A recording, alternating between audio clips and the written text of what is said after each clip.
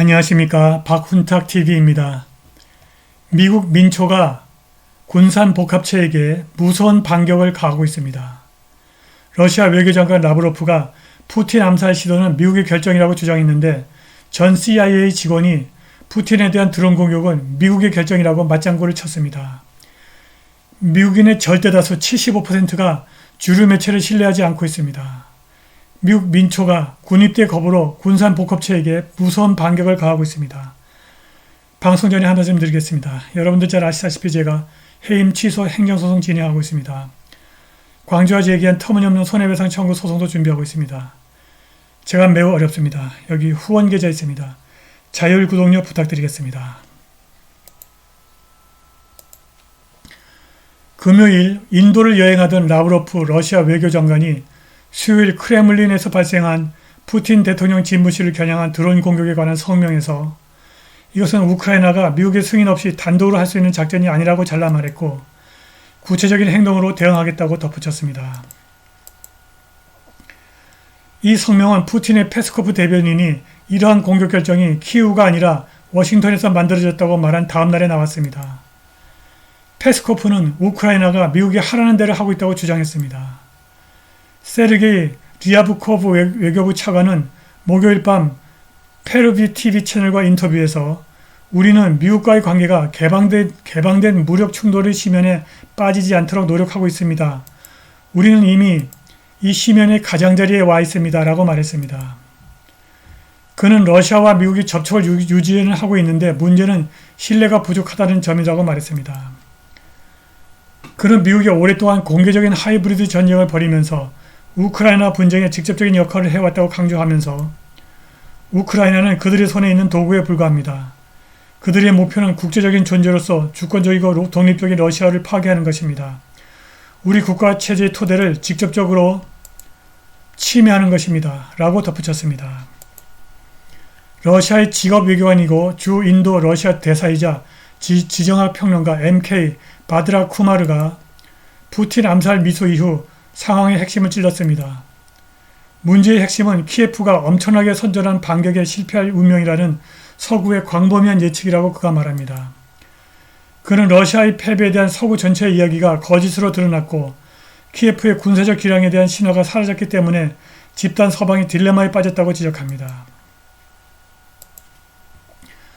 우크라이나의 봄 반격이 지연될수록 우크라이나와 나토 후원자가 러시아 본토를 공격할 가능성이 높아집니다. 모스크바는 이것을 실전적 위협으로 보기 시작할 것이고 상황을 훨씬 더 예측할 수 없고 위험하게 만들 것입니다. 전 CIA 정보요원 레리 존슨은 크렘린에 드론 공격을 하기로 한 결정은 미국이 내린 것이라고 말했습니다. 존슨은 이러한 공격에 대한 결정은 키예프가 아니라 워싱턴에서 한다면서 이 공격이 바이든 행정부와 군산 복합체에 의해서 주도되었을 것이라고 지적했습니다.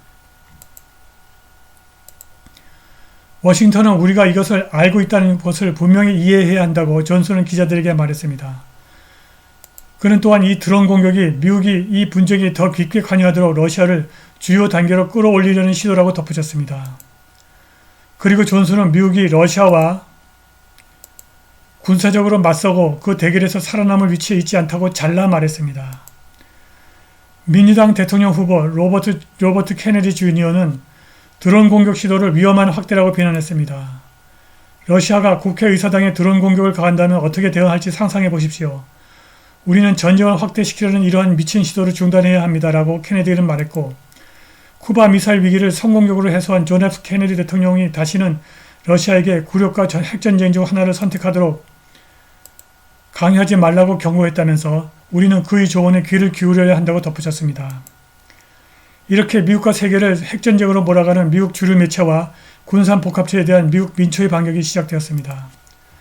AP통신과 NORC 공공문제연구소 여론조사에 따르면 미국인의 거의 4분의 3, 75%가 미국에서 난무하는 정치적 증오의 책임은 주류 뉴스 매체에 돌리고 있고 미국인의 거의 절반이 뉴스를 공정하고 정확하게 보도할 수 있는 주류 매체의 능력을 거의 또는 전혀 신뢰하지 않는 것으로 나타났습니다. 미국 민초가 미국과 세계를 핵전쟁으로 몰아가는 군산 복합체 해체를 위해서 무서운 반격을 시작했습니다. 자유미래재단의 창시자이며 총재인 제이콥 혼버거는 미국 군대가 병력을 채우는데 실패하는 것이 미국에게는 매우 좋은 신호라고 말했습니다.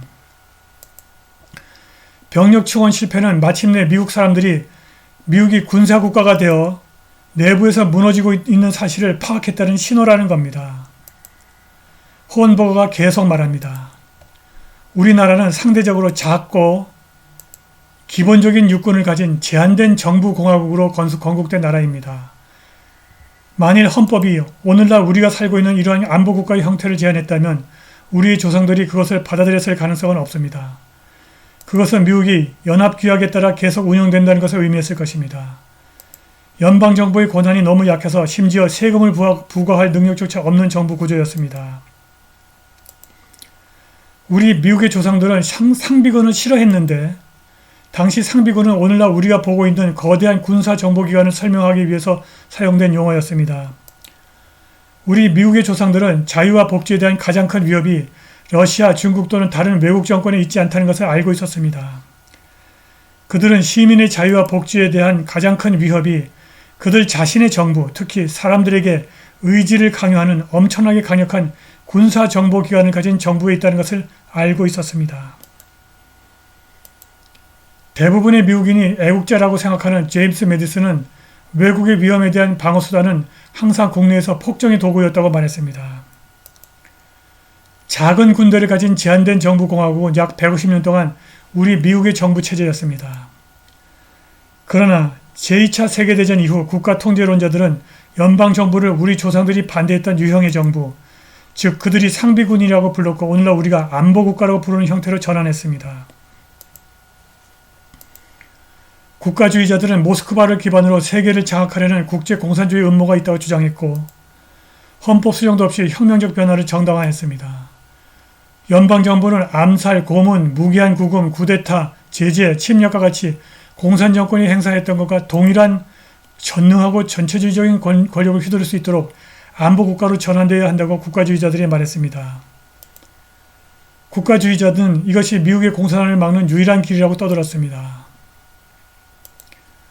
이 거대한 음모의 가장 큰 수혜자는 상비군과 무기를 공급하는 국방산업의 계약자들, 즉 군산복합체입니다. 이들이 연방정부 구조 안에서 막강한 권력을 휘두르고 국세청은 미국인의 호주머니를 털기 위해서 중무장을 하고 있습니다. 이 모든 과정에서 미국인들은 애국심과 나라 사랑이라고 하는 오도된 규정 아래 이 치명적이고 파괴적인 음모를 지지하라는 권고를 받습니다.